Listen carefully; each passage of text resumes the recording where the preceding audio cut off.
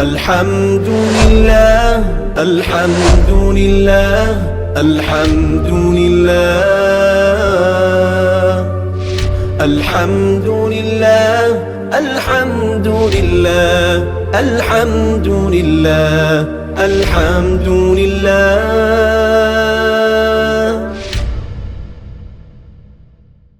بسم اللہ الرحمن الرحیم. علم الصیغہ کا 9واں باب ہے مضاف. سبق نمبر 1 میں خوش آمدید. آج کے سبق کے اندر ہم قواعد مضاف پڑھیں گے. دیکھیں اس سے پہلے ہمارا معطل مکمل ہو چکا ہے. معطل ہم نے سارا تفصیل سے پڑھ لیا ہے, لفیف ہم نے سارا تفصیل سے پڑھ لیا ہے. اسی طریقے سے جو مرکب ہے یعنی معطل اور محموز یہ دونوں اگر مل کر آتے ہیں تو کیا گردانیں ہوں گی, کیا قواعد جاری ہوں گے, وہ ساری تفصیل ہم پیچھے مکمل کر کے پڑھ چکے ہیں. یہاں سے مضاف کو شروع کیا جا رہا ہے. پہلے اس میں مضاف کے قواعد ہوں گے جو کہ صرف ایک ہی سبق کے اندر پورے آ جائیں گے. اس کے بعد پھر آگے انشاءاللہ مضاف کی گردانیں شروع ہوں گی, اور پھر اس کے اندر بھی بالکل ویسے ہی مرکب ہوگا جس طریقے سے ہم نے معطل کے بعد مرکب کی گردانیں پڑھی ہیں. تو سب سے پہلے دیکھیں فرما رہے ہیں کہ جو تیسری فصل ہے یہ 2 قسموں پر مشتمل ہے. تو جو 2 قسم ہے اس میں سے جو پہلی قسم ہے اس میں کیا ہے, ایک تو مضاف کے قاعدے ہوں گی, دوسری اس میں مضاف کی گردانیں ہوں گی. اب یہاں سے آگے مضاف کے قاعدے شروع کر رہے ہیں. اس میں مضاف کے حضرت نے کل کتنے قاعدے ذکر کیے ہیں؟ 1 2 3 4 5, ٹوٹل 5 قاعدے ہیں جس کو حضرت نے الف با جیم دال اور ہا کے ذریعے سے ذکر کیا ہے. تو اس میں آسان بات میں آپ کو بتا دیتا ہوں کہ اس میں ہوتا یہ ہے کہ 2 حرف ہوتے ہیں آپس میں, ان کا آپس میں ادغام کر دیتے ہیں. تو بس یہی قاعدہ ہے, اسی ادغام کے متعلقہ ہی کچھ بتانا ہوتا ہے کہ ادغام آپ نے کیسے کرنا ہے, کہاں پر کرنا ہے اور کہاں پر نہیں کرنا ہے. دیکھیں ذرا فرما رہے ہیں کہ 2 متجانس متقارب حرفوں میں سے پہلا ساکن ہو تو دوسرے میں ادغام کر دیتے ہیں. متجانس کا کیا مطلب ہے کہ 2 حرف ایک جنس کے ہوں. مثال کے طور پہ 2 با ہیں یا 2 دال ہیں یا 2 جیم ہیں. یہ اس طریقے کے جو حرف ہوتے ہیں ان کو کہتے ہیں ہم جنس حرف, ایک جیسے 2 حرف. یہ تو ہو گیا متجانس. اب متقارب کا کیا مطلب ہے؟ متقارب کا مطلب یہ ہوتا ہے کہ ہم جنس نہیں ہوتے لیکن ان کا جو مخرج ہے وہ قریب الجنس ہوتا ہے, یعنی قریب قریب سے وہ ادا ہوتے ہیں. مثال سے بات سمجھ میں آ جائے گی, مثال آگے آ رہی ہے. تو حضرت فرما رہے ہیں کہ 2 اگر جمع ہو جائیں اور ان میں سے پہلا ساکن ہو تو اس کو دوسرے میں ادغام کر دیتے ہیں, دوسرے میں مکس کر دیتے ہیں. خواہ ایک کلمہ میں ہوں جیسے مدن. اب یہ جو مدن اور شدن ہے نا, یہ مدن اصل میں کیا تھا؟ مدن تھا. اب دیکھیں 2 حرف ایک جنس کے جمع ہو گئے تو دونوں کا آپس میں ادغام کر دیا تو یہ بن گیا مدن. یہ اسی طریقے سے یہ شدن کیا تھا اصل میں؟ شدن. اب دال کا دال میں ادغام کر دیا تو یہ بن جائے گا شدن. یہ تو مثال ہو گئی ہے 2 ہم جنس کی. اب دوسری مثال دے رہے ہیں متقارب کی. اب دیکھیں دال اور تا, ان دونوں کا جو مخرج ہے وہ قریب قریب ہے, تو یہاں پر بھی ادغام کر دیتے ہیں. لیکن یہاں پر جب آپ نے ادغام کرنا ہے تو ادغام آپ نے تب کرنا ہے کہ جو دونوں حرفوں کو آپ نے ایک جیسا کر دینا ہے. اب یہاں پہ دیکھیں جو ادغام ہو رہا ہے نا تا کے اندر ہو رہا ہے. ابت تم پڑھا جاتا ہے, عین زبر آ با تا زبر بت تا میم پیش تم, ابت تم. تو آپ نے کرنا کیا ہے کہ دال کو آپ نے تا بنا دینا ہے. دال کو پہلے تا بنائیں گے پھر تا کا تا کے اندر ادغام ہوگا, اس کے بغیر ادغام نہیں ہوگا. تو یہ فرمایا ابت تم. یہ مثال آ گئی ہے کس کی؟ متقارب کی, یعنی 2 حرف ایک جنس کے تو نہیں ہیں لیکن قریب قریب ضرور ہیں. اب یہ جو مثال ہے نا یہ ایک کلمے کی مثال ہے, مدن بھی شدن بھی اور ابتم کی. تو یہاں پہ سوال ہی پیدا ہوتا ہے کہ ابتم تو ایک کلمہ نہیں ہے, اس میں ابد ایک فعل ہے اور تم ضمیر ہے. تو دیکھیں ضمیر مرفوع متصل وہ ایک ہی کلمہ شمار ہوتی ہے کیونکہ ان کے درمیان شدت اتصال ہوتا ہے. بہرحال یہ ایک اعتراض ہے, اس کا جواب میں نے دے دیا ہے. آگے فرمایا کہ اگر 2 کلموں میں ہو تب بھی ادغام کر دیتے ہیں. اس کے آگے مثالیں دے رہے ہیں حضرت, جیسے اذهب بنا. اب یہ دیکھیں اذهب یہ الگ ہے اور بنا یہ الگ ہے, لیکن 2 حرف ایک جنس کے جمع ہو گئے تو ہم دونوں کو ادغام کر کے پڑھتے ہیں اذهب بنا. یہ اسی طریقے سے وعصب وکانو. اب یہ دیکھیں عصو الگ تھا وکانو الگ تھا, لیکن ہم نے واو کا واو میں ادغام کر دیا اور ہم اس کو پڑھتے ہیں وعصب وکانو. لیکن آگے فرما رہے ہیں کہ اگر جو پہلا ساکن ہے وہ مدہ ہوگا تو اس کو مدغم نہیں کریں گے, اس کا ادغام نہیں کریں گے. اب یہاں پہ اگر آپ غور کریں گے کہ یا جو ہے یہ حرف مدہ ہے اور یہ جو یا ہے یہ بھی یا ہے, اور پہلا حرف ساکن ہے. 2 ہم جنس کے حرف جمع ہو گئے ہیں لیکن یہ پہلا حرف جو یا ہے یہ مدہ ہے. کیوں؟ کیونکہ یا ساکن ماقبل مکسور ہو تو مدہ ہوتا ہے. لہذا اس یا کے اندر ادغام کر کے اس کو ایسے نہیں پڑھیں گے فی یومن, ایسے نہیں کیا جائے گا. تو یہ پہلا قاعدہ تھا, یعنی 2 حرف ایک جنس کے یا 2 حرف قریب الجنس جمع ہو جائے, پہلا ساکن ہو دوسرا متحرک ہو تو ساکن کو متحرک کے اندر مدغم کر دیتے ہیں, مکس کر دیتے ہیں. دوسرا قاعدہ دیکھیں, اگر ایک کلمہ میں دونوں متحرک ہوں اور ما قبل اول بھی متحرک ہو تو اول کو ساکن کر کے دوسرے میں ادغام کر دیتے ہیں۔ قاعدہ وہی ہے، ادغام والا، فرق ہے تھوڑا سا۔ اس میں یہ ہے کہ دو متحرک ہیں اور دو متحرک سے جو پہلے والا ہے وہ بھی متحرک ہے۔ اس میں تو تھا نا ساکن ہے پہلا، یہاں پہ ساکن ہی متحرک ہے۔ جیسے مد ہے نا، یہ اصل میں کیا تھا؟ مادادا۔ اسی طریقے سے فرا اصل میں کیا تھا؟ فارارا۔ اب یہ دیکھیں دو حرف ایک جنس کے جمع ہو گئے، دونوں متحرک ہیں۔ یہاں پہ بھی دو حرف ایک جنس کے جمع ہو گئے، دونوں متحرک ہیں، اور ان سے جو پہلے والا حرف ہے یہاں پہ فا اور یہاں پر میم، یہ بھی متحرک ہے۔ تو ہم نے کیا کیا کہ جو پہلا تھا دال، اس دال کو ہم نے کر دیا ساکن۔ اس کو ساکن کرنے کے بعد پھر ہم نے آپس میں ادغام کر دیا تو یہ بن جائے گا مدہ اور فرا۔ لیکن اس میں شرط ہے، شرط یہ ہے کہ اسم متحرک العین نہ ہو، یعنی اسم کا جو عین کلمہ ہے وہ متحرک نہ ہو۔ اگر اسم کے عین کلمہ بھی متحرک ہے، پھر آگے لام کلمہ بھی متحرک ہے، تو پھر عین کلمہ کو ساکن کر کے پھر آپ ادغام نہیں کریں گے۔ جیسے شارارون اور سرورون۔ اب یہ جو شارارون تھا یہ بروزن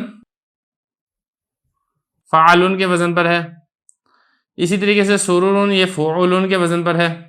تو یہاں پر دیکھیں آپ، دو حرف ایک جنس کے جمع ہو گئے اور دونوں متحرک ہیں، اور اس سے پہلے والا حرف بھی متحرک ہے، لیکن یہ چونکہ اسم کے عین کلمہ میں آ رہا ہے لہذا یہاں پر ساکن کر کے ادغام نہیں کیا جائے گا۔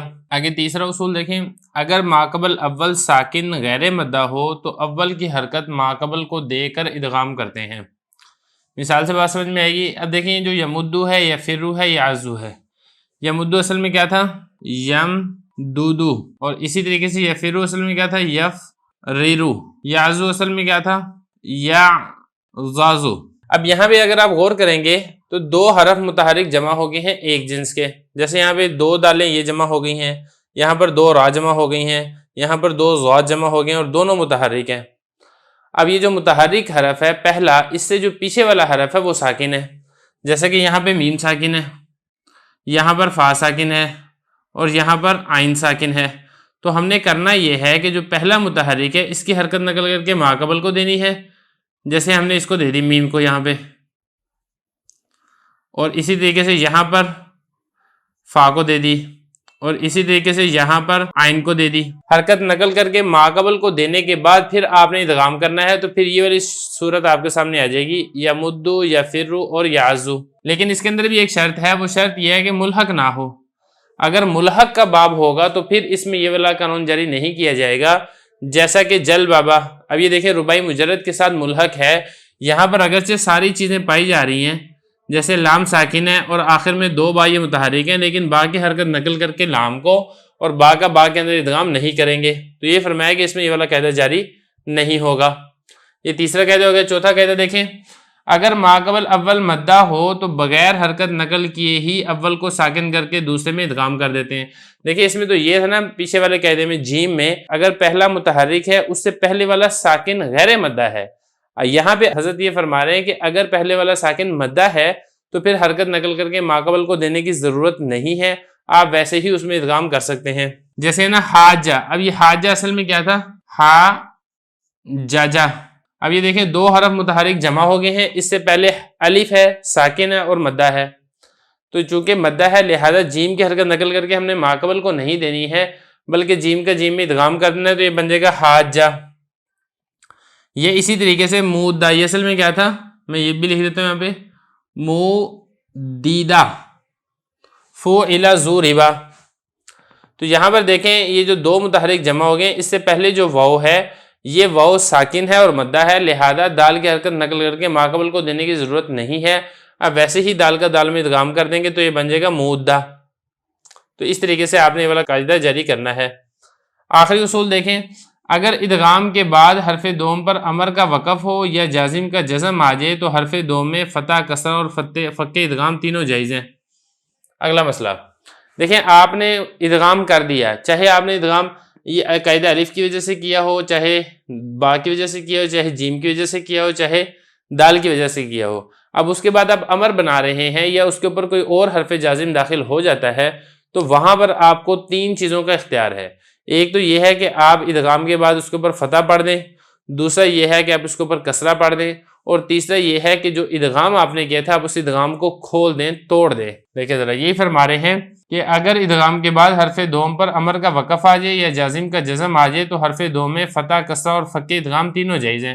مثال کے طور پہ فرا، فری اور افریر۔ اب دیکھیں اس کو آپ نے بنانا ہے مضارع سے۔ پہلی بات تو اب یہ سمجھ لیں کہ یہ امر حاضر معلوم واحد مذکر مخاطب کا صیغہ ہے۔ اب یہ جو ہے نا فرا، اس کو ہم نے بنایا مضارع سے۔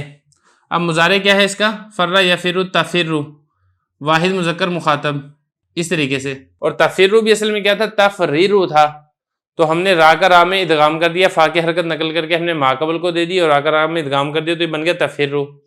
اب جب آپ نے امر بنایا اور شروع سے تا حرف مضارع کو حذف کر دیا تو اب یہ دیکھیں یہ جو آخر والا را ہے اس پہ آپ تین طریقے سے کر سکتے ہیں۔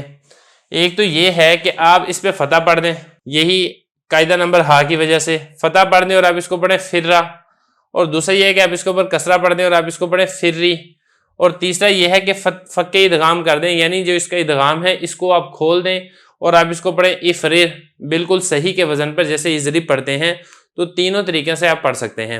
اور اگر ماقبل اول مضموم ہو تو ضمہ بھی جائز ہے، یعنی امر کی صورت کے اندر، اور اسی طریقے سے اگر حروف جوازم داخل ہوتے ہیں تو یہ تین تو آپ کام کر سکتے ہیں، فتح کر سکتے ہیں، کسرہ دے سکتے ہیں، فک ادغام کر سکتے ہیں، لیکن اگر پہلے سے پیچھے والا جو حرف ہے اس کے اوپر ضمہ ہے تو پھر آپ اس کے اوپر پیش بھی یعنی ضمہ بھی لا سکتے ہیں۔ مثال کے طور پر لم یمدو، اب یم دودو تھا تو ہم نے کیا کیا کہ دال کا ضمہ نقل کر کے ماقبل میم کو دیا اور دال کا دال میں ادغام کر دیا، یمدو ہو گیا۔ اب جب لم جازمہ داخل ہوا تو آپ ایک تو اس کے اوپر فتح پڑھ سکتے ہیں اور آپ اس کو پڑھیں لم یمدہ، اور ایک آپ اس کے اوپر کسرہ پڑھ سکتے ہیں اور آپ اس کو پڑھیں لم یمدی، اور ایک آپ اس میں فک ادغام کر سکتے ہیں لم یم دودھ پڑھیں۔ لیکن چونکہ ماقبل میم اس کے اوپر ضمہ ہے تو لہذا اس وجہ سے آپ اس کے اوپر ضمہ بھی پڑھ سکتے ہیں اور آپ اس کو یمدو یہ بھی پڑھ سکتے ہیں۔ باقی جب انشاءاللہ آگے چل کے گردانے آئیں گی تو گردانوں کے اندر سارے کے سارے قواعد آئیں گے اور سارے کے سارے جب سیغے آئیں گے تو ہم انہی قواعد کا وہاں پر بھی اجرا کر لیں گے۔